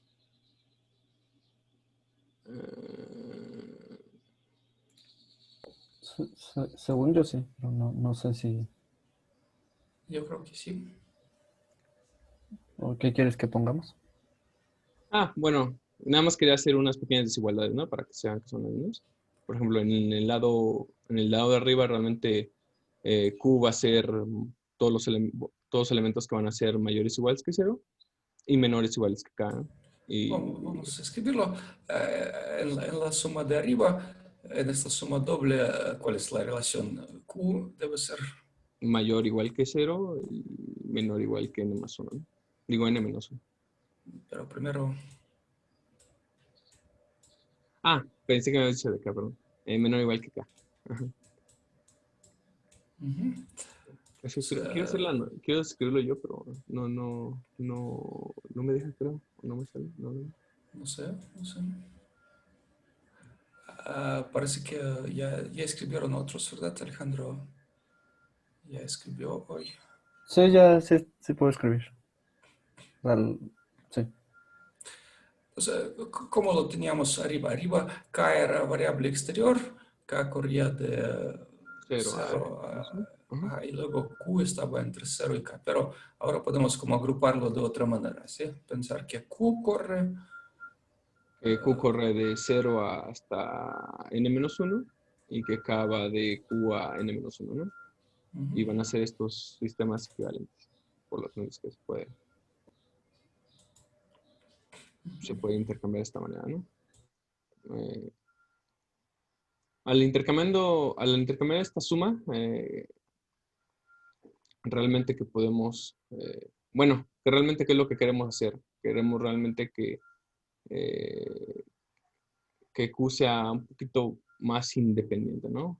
Queremos como que, primero, con el siguiente cambio de variable, vamos a generar el subíndice de A, que se parezca, ¿no? O sea, que sean iguales los subíndices de A. Por lo tanto, en la primera suma vamos a hacerlo como K menos K, y esa la vamos bueno, eso va a implicar que K va a ser igual a S más K, ¿no? Por lo tanto, como K corre de Q a menos 1, la nueva variable corre de 0 a N menos Q menos 1, ¿no? Por el otro lado, Juanita, otra, por favor. Del otro lado, S va a ser igual a N más K menos Q. Y por lo tanto, eso va a implicar que K va a ser igual a S más Q menos N, ¿no? Como ya habíamos visto, K corre de 0 a Q menos 1, entonces la nueva variable va a correr de N menos Q a N menos 1. Entonces, con esos nuevos cambios de variable, vamos a tener que los subíndices de A van a ser los mismos, ¿no?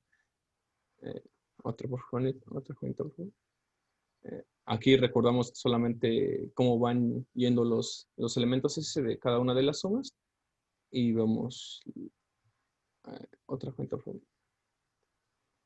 Y vemos que pues todo esto queda de la siguiente manera, ¿no? Notemos que aquí omega n es n cíclica, por lo tanto wn a la n realmente va a ser 1, ¿no? Bueno, recordemos que wn va a ser e a la menos 2 pi sobre n, por lo tanto, al elevarlo a la n, pues es simplemente 1. Entonces, La igualdad que usamos es con omega n elevada a n es 1.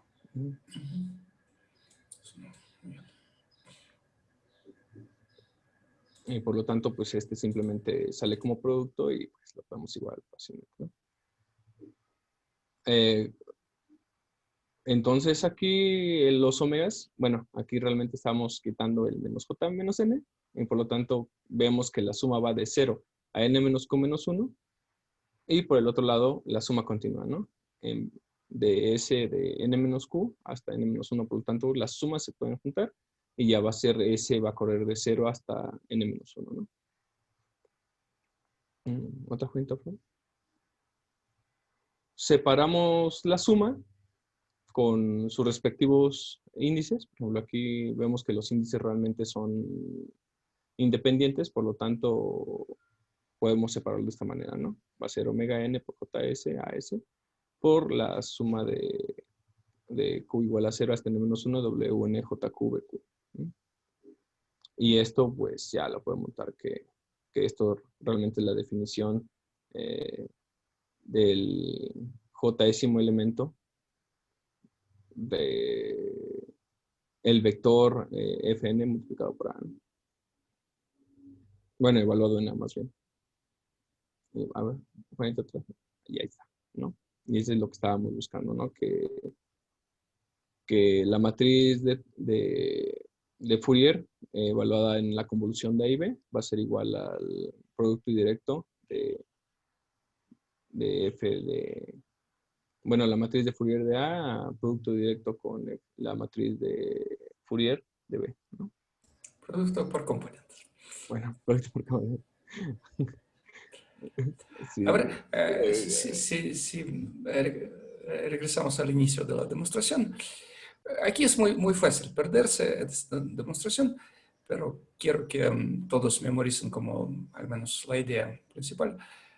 Digamos, el primer paso cuando empezamos a trabajar. Ajá. Bueno, un pasito más. Sí. ¿Cuál es nuestra idea? Queremos que en vez de esto, k menos q sea una variable simple, algo como s, por ejemplo. En vez de esto sea una variable simple, algo como s. ¿Sí? Y como s es igual a k menos q, finalmente aquí podremos escribir esto como omega n elevada a k por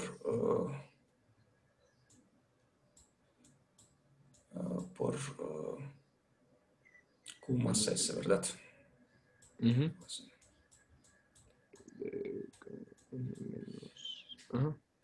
Y finalmente, digamos, un factor se agrupa con este, con A, ¿verdad? Y otro con B y se convierte en el producto. Bueno, es una forma muy intuitiva que estamos haciendo. Queremos como separar una suma que sea solo con A y otra solo con B. Y también este factor se separa en el producto de 2. Pero no, nos molesta que tenemos dos casos de índices y tenemos que intercambiar las sumas además. Entonces, por eso tenemos que hacer tanto trabajo.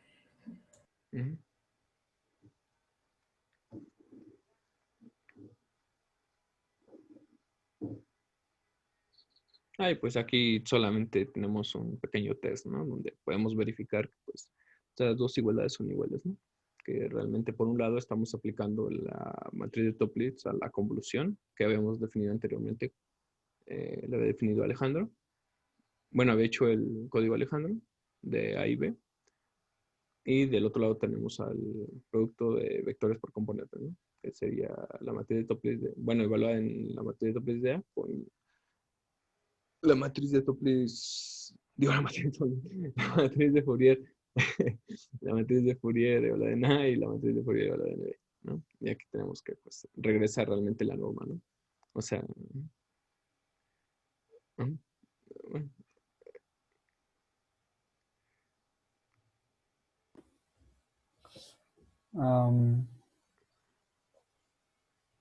¿Qué hora estaba?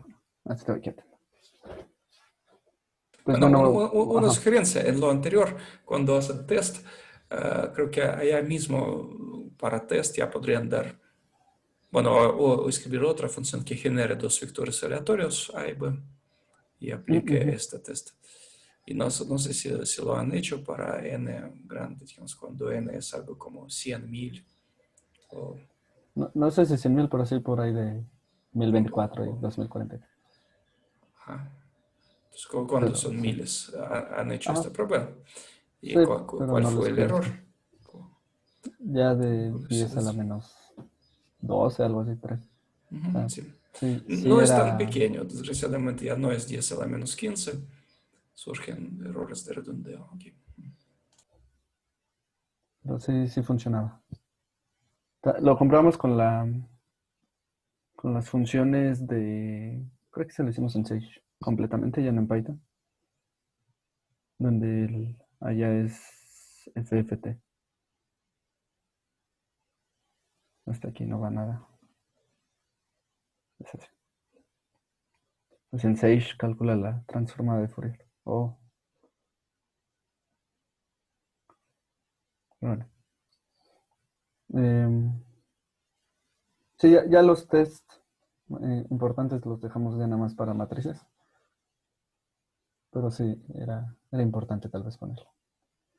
Pues bueno, continuamos con matrices circulantes y ya las estocadas finales. A ver hasta dónde llegamos. Entonces vamos a ver qué es una matriz circulante que ocuparemos a continuación. Y no es nada más que esta matriz que está aquí, ¿no? Dado un vector A en C3, por ejemplo, R3 o RNCN. Vamos a construir la matriz circulante de A de esta forma. Vamos a empezar, por ejemplo, en la primera columna, poner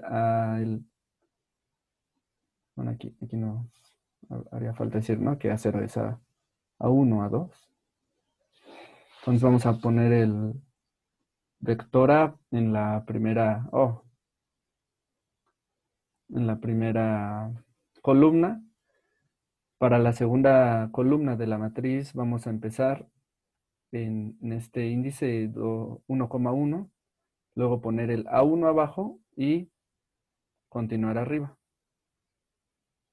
Y luego en la última columna vamos a empezar otra vez con el A0 en el elemento de la diagonal principal y continuar arriba con A1 y luego con A2. Entonces ese es el espíritu de las matrices circulantes. Podrán ver que pues, esta es una matriz de Toeplitz. Es constante a lo largo de las diagonales. Y pues es una sorpresa, ¿no? Que es lo que usaremos a continuación. Y vamos a ver que si agarramos otro vector B en C3, entonces lo siento, ¿cuál es la relación entre las matrices circulantes y matrices de Toeplitz? ¿Quién es subclase de quién? Pues una matriz, las matrices circulantes están contenidas en las matrices de Toeplitz. Pero en la matriz de Toeplitz, digamos, esta diagonal en general podría ser diferente de esta, ¿verdad? Y este A1 podría ser diferente de Sí, este A1. sí. Y en la matriz circulante se puede decir que en vez de diagonales por separado paralelas a la diagonal principal, uno puede pensar en diagonales cíclicas. Esta diagonal, uno puede pensar que está continuándose aquí. Ujú. Muy bien. Sí, esa es otra forma de verlo, ¿no? Que, bueno, sí. Sí se puede pensar que son como diagonales cíclicas en la matriz circulante. Ujú. Y vemos el producto aquí. Ya se van relacionando los temas, que si vemos un vector en C3, el producto de esta matriz circulante por el vector B es, pues bueno, justamente todos estos componentes, y que justamente esto es lo que habíamos definido como la convolución cíclica del vector A por el vector B. Entonces eso es interesante porque pues ya Luis Ángel expuso una propiedad muy fuerte que cumplen dos vectores, ¿no? Cuando les aplicamos la convolución, que podemos cambiarlos con la transformada de Fourier a un producto por componentes. Entonces, es el espíritu, ¿no? De usar la convolución cíclica y la transformada de Fourier y el teorema de convolución. Poder expresar de otra forma este producto matricial.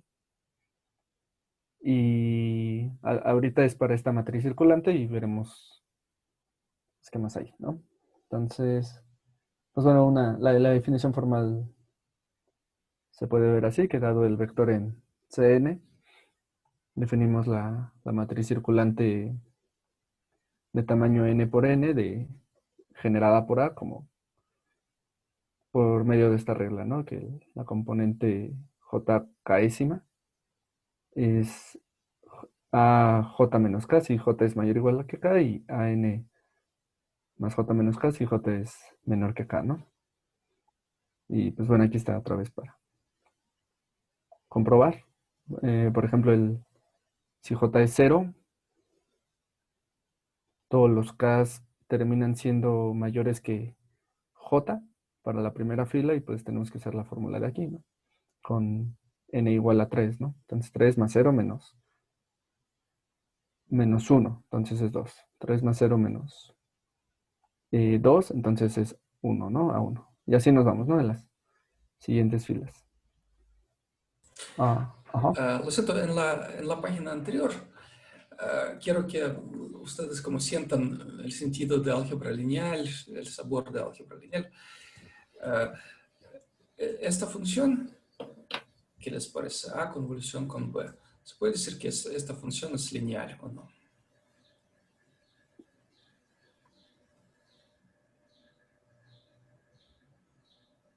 Pues no. Por supuesto no, pero es bilineal. Cuando uno fija uno de los argumentos, cuando fijamos A, es lineal respecto a B, o si alguien fija B, es lineal respecto a A, ¿verdad?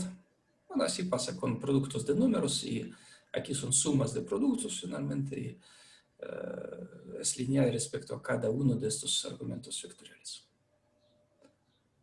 Entonces, si fijamos A y pensamos en la función que manda B a mandar a A convolución con B,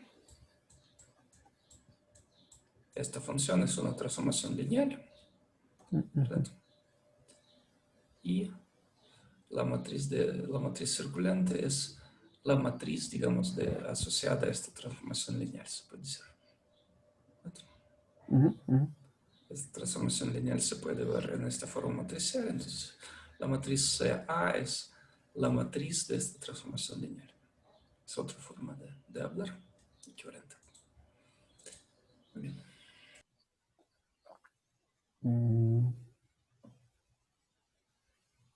Y pues bueno, para construirla, el primer tramo de código. Todo esto es algo que habíamos expuesto en la construcción, una forma de construirlo usando solo un ciclo for e ir llenando la matriz, primero por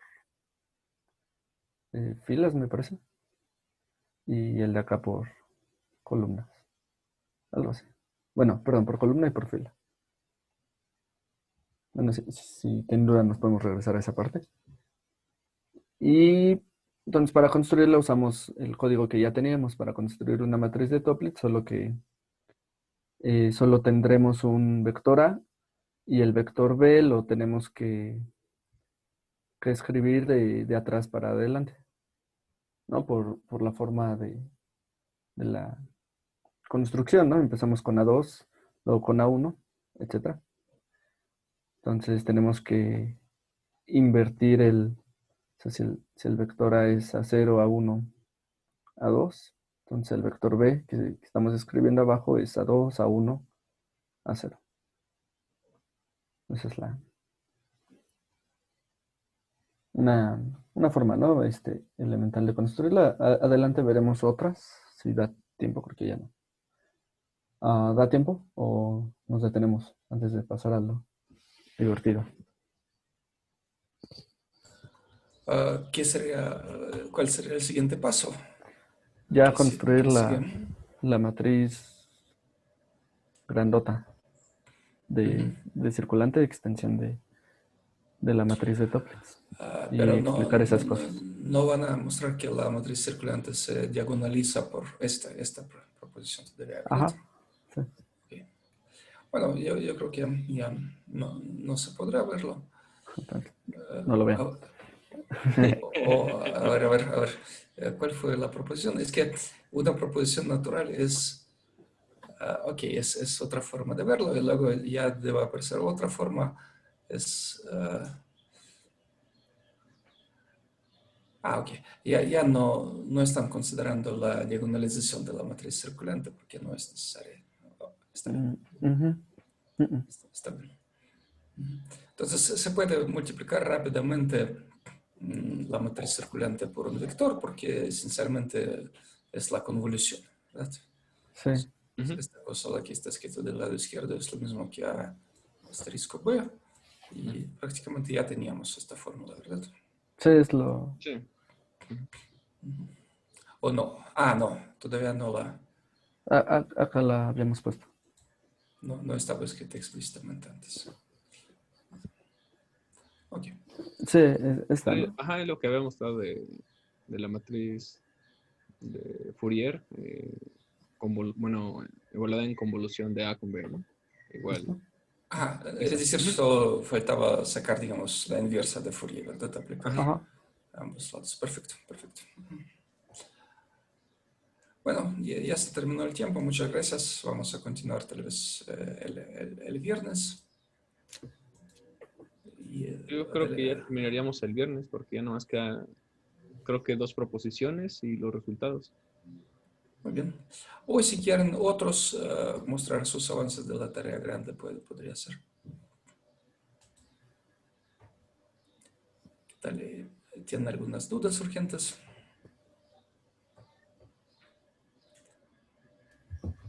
Si no, entonces terminamos la clase. Gracias por sus avances.